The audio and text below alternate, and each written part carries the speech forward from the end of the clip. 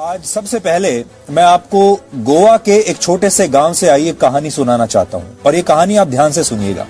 यहाँ 10वीं क्लास में पढ़ने वाले एक 16 साल के लड़के के मोबाइल फोन की स्क्रीन टूट गई। वो लड़का इसी मोबाइल फोन पर अपनी ऑनलाइन क्लासेस लिया करता था। एक दिन उसने अपने पिता से कहा कि वो उसके मोबाइल फोन की स्क्रीन रिपेयर करा दें, जिस पर 2000 रुपए का खर्च आना था। लेकिन लॉकडाउन की वजह से उस लड़के के पिता के पास कई महीनों से रोजगार नहीं था और वो इतना पैसा खर्च करने की स्थिति में थे नहीं। इस पर पिता और पुत्र के बीच थोड़ी बहस शुरू हुई और पिता ने अपने पुत्र का उसकी कमीज का कॉलर पकड़ लिया। बेटे ने कहा कि मेरा कॉलर छोड़ दीजिए क्योंकि मेरे पास सिर्फ एक यही अच्छी शर्ट बची है, यानी एक ही कमीज बची है। और उसने अपनी शर्ट उतार कर कहा कि आप चाहें तो अब मुझे पीट सकते हैं। पिता के हाथ कांप गए और पिता ने कहा, ऐसा सोचा कि मैं पैसों का इंतजाम करके अपने बेटे से पिता ने कहा कि मैं तुम्हारा मोबाइल फोन किसी ना किसी तरीके से ठीक करा दूंगा क्योंकि अभी मेरे पास सिर्फ 500 रुपए ही हैं और इस 500 रुपए से मुझे घर के लिए खाना खरीदना है, चावल खरीदने हैं। लेकिन इस एक घटना ने पिता और पुत्र समेत पूरे परिवार को तोड़ दिया। बेटा निराश हो गया और इसी महीने की 15 तारीख को इस छोटे से लड़के ने आत्महत्या कर ली। ये कहानी हमने आपको इसलिए सुनाई ताकि आप ये समझ सकें कि जब किसी परिवार के एक सदस्य का रोजगार छिन जाता है तो परिवार कैसे टूट जाता है और परिवार कैसे बिखर जाता है। और हमारे देश में ऐसे करोड़ों परिवार होंगे। मिडिल क्लास वालों का सबसे बड़ा प्रॉब्लम्स है पैसा। अगर उनका ये प्रॉब्लम सॉल्व हो जाए तो ये उनकी जिंदगी की सबसे बड़ी समस्या का समाधान होगा, क्योंकि पैसों की वजह से ही न जाने कितने घर रोज टूटते हैं, बच्चों के बचपन छीन जाते हैं, उनकी पढ़ाई पूरी नहीं हो पाती है, वो बाल मजदूरी तक करने पर मजबूर हो जाते हैं और यहाँ तक कि महिलाएं भी काम करने के लिए मजबूर हो जाती हैं कि किसी तरह हमारे परिवार में 2 वक्त की रोटी मिल सके, हमारे बच्चे भूखे न सोएं। लेकिन ये डेटा आपको कोई भी नहीं दिखाएगा, फिर चाहे वो कोई भी मीडिया वाले हों, कोई भी न्यूज चैनल वाले हों। सबसे बड़ी बात यह है कि टीवी पर, मीडिया में इसके बारे में कोई बात क्यों नहीं कर रहा। बेरोजगारी एक ऐसा मुद्दा है जो देश के 25 करोड़ परिवारों को सीधे तौर पर प्रभावित करता है, लेकिन मीडिया को इस बात से शायद कोई फर्क नहीं पड़ता। आपको ऐसी खबरें तो दिखाई जाती हैं जो आपका समय बर्बाद करती हैं, आपका मनोरंजन करती हैं, आपको रियलिटी एंटरटेनमेंट दिखाती हैं। लेकिन हम इस सोच को बदलना चाहते हैं और इस बदलाव की शुरुआत हम अपने आप से करना चाहते हैं।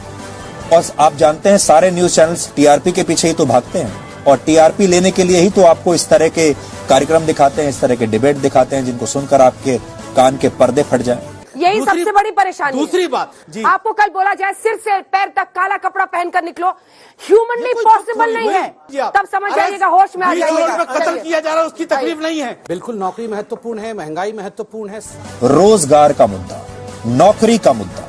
ज्यादातर लोग रोजगार से संबंधित खबरें देखना चाहते हैं और ये जानना चाहते हैं कि उन्हें नौकरी कैसे मिल सकती है और कहां मिल सकती है, क्योंकि मीडिया का जो पहला काम होता है वो होता है आप तक सही सूचना पहुंचाना और देश के युवाओं को यह बताएगा कि नौकरियों के क्षेत्र में उनके लिए कहां और कितने अवसर इस समय उपलब्ध हैं। रोजगार की कमी ने इस देश के लाखों परिवारों को कैसे तोड़कर रख दिया है, उससे जुड़े आंकड़े देखकर आप इस देश के लोगों की सोच आज बदल जाएगी। क्या आप जानते हैं भारत में हर दिन 10 लोग सिर्फ इसलिए आत्महत्या कर लेते हैं क्योंकि उनके पास नौकरी नहीं है। रोजगार के अभाव में आत्महत्या करने वालों में औसतन 9 पुरुष और 1 महिला होती है। अकेले वर्ष 2018 में 12,000 से ज्यादा लोगों ने रोजगार न मिल पाने की वजह से आत्महत्या कर ली थी। भारत में वर्ष 2019 में कुल 1,39,000 लोगों ने आत्महत्या की थी और इनमें से 10% से ज्यादा लोग बेरोजगार थे।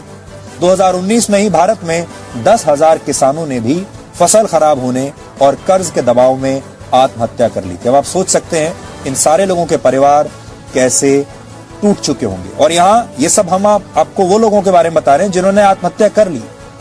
ऐसे करोड़ों लोग हैं जिन्होंने आत्महत्या नहीं की है, जो मरे नहीं हैं लेकिन जीते जी एक मृत व्यक्ति की जिंदगी ही बिता रहे हैं। इसके लिए आत्महत्या करने की जरूरत नहीं है, लेकिन जीवन उनका ऐसा हो चुका है कि अब जीने से भी कोई फायदा नहीं।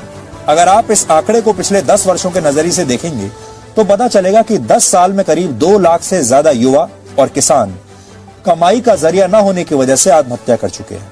अब आप सोचिए, पूरा देश ये तो जानना चाहता है कि सुशांत सिंह राजपूत की मौत कैसे हुई। हमें इसमें कोई आपत्ति नहीं है, जानना चाहिए।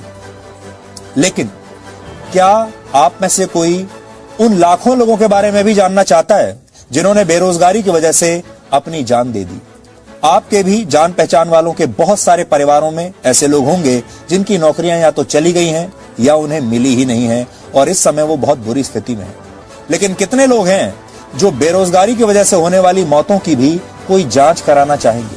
कितने लोग हैं जो बेरोजगारों की आत्महत्या के मुद्दे को सोशल मीडिया पर हर रोज ट्रेंड कराना चाहते हैं? दोस्तों, ये वीडियो मैं आपको इसलिए दिखाया हूँ कि ये सब कब बदल जाएं कोई भरोसा नहीं है। पॉलिटिक्स वाले, मीडिया वाले, क्योंकि इन सब का यूज करके ये सब आगे तो बढ़ जाते हैं, लेकिन हम लोग, आप लोग मीन्स पब्लिक, जनता वहीं की वहीं रह जाती है। तो इसलिए अपने विवेक का, अपने कौशल का प्रयोग जरूर करें। अभी तक रोजगार की समस्याएं खत्म नहीं हुई हैं। हालांकि रोजगार के मुद्दे पर इलेक्शन हो जाते हैं, रिजल्ट भी आ जाते हैं, नेता भी चुने जाते हैं, लेकिन ये समस्याएं वहीं की वहीं रहती हैं। कहते हैं कि 2 रोटी कम खाइए, लेकिन अपने बच्चों को जरूर पढ़ाइए। लेकिन जो दिन भर मेहनत मजदूरी करने के बाद मात्र 300 से 400 रुपए कमाते हैं, उनके लिए ये एक बहुत बड़ा चैलेंज बन जाता है और शायद मुश्किल भी। किसी तरह बच्चे 10वीं 12वीं तक पहुंच भी जाते हैं तो उतने से देश की सबसे बड़ी बेरोजगारी की समस्या में उस लेवल के अनुसार जॉब मिलना भी मुश्किल हो जाता है। और ये सालों से होता चला आ रहा है। और अब तो यहाँ तक भी लोग कहते हैं कि ज़्यादा पढ़ लिख कर कोई फायदा नहीं है, जब तुम्हें सरकारी नौकरी के नाम पर धक्के खाने ही पड़ेंगे। कहा जाता है कि एक परिवार में अगर 2 कमाने वाले हों तो उस परिवार की समस्याएं कम हो जाती हैं। और अगर 25-26 साल के बाद भी युवा घर पर बैठा रहे तो उसको हर एक ताना के बाद खाना मिलता है। तो इसे युवा जहर का अमृत समझकर पी लेता है और सरकार की बेबसी के आगे चुप रहता है। सालों साल के लिए बाहर पढ़ने जाते हैं, मार भी खाते हैं, लेकिन हिम्मत नहीं हारते हैं। अब यहाँ सबसे जरूरी बात यह है कि युवा क्या कुछ नहीं कर सकता है आज के टाइम में, अगर वो चाह ले तो। लेकिन मैक्सिमम युवाओं को यही लगता है कि सब कुछ गवर्नमेंट जॉब में ही है, क्योंकि वहाँ पर वो अपने आप को सेफ एंड सिक्योर महसूस करते हैं। तो अगर हम इसके समाधान में बात करें तो हमारे पास बहुत से ऑप्शन है जहाँ से पैसे कमा सकते हैं। बस एक बार नजर घुमाकर देखना ही तो है। आपको प्राइवेट सेक्टर में भी हजारों ऑप्शन मिल जाएंगे जहां से आप नौकरी से बेहतरीन भी पैसा कमा सकते हैं। और इसी में देखा जाए तो कुछ नया सीखने के लिए, कुछ अलग करने के लिए, और जो कि फ्री ऑफ कॉस्ट है, वो है नेटवर्क मार्केटिंग प्लेटफॉर्म, जहां पर मात्र कुछ समय के लिए किसी भी MLM कंपनी को ज्वाइन करके वो लर्निंग, वो स्किल्ड जरूर लेनी चाहिए, जिससे कि अगर आप वहां से अर्निंग नहीं भी करते हैं फिर भी आपके पास बहुत कुछ लर्निंग आ जाती है।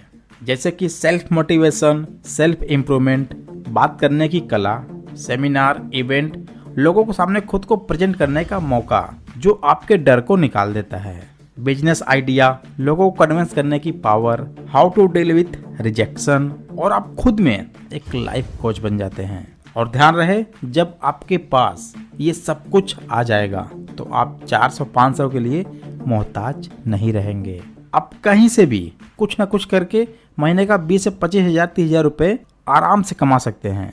दोस्तों, अगर आप भी किसी भी डायरेक्ट सेलिंग, नेटवर्क मार्केटिंग और MLM कंपनी को ज्वाइन किए हैं, जहां पर आपको 3 महीने, 4 महीने, 5 महीने, 9-10 महीने, 1 साल, 1.5 साल, 2 साल, 2.5 साल या उससे ज़्यादा हो गए हैं और आपको सक्सेस नहीं मिल पा रही है, मीन्स कि आपको ज्वाइनिंग नहीं मिल रही है, आप वहाँ से पैसे नहीं कमा पा रहे हैं, आप बिल्कुल होपलेस हो गए हैं, आप थक चुके हैं, तो उस कंडीशन में आपके लिए सबसे बेस्ट साबित होगा हमारा ये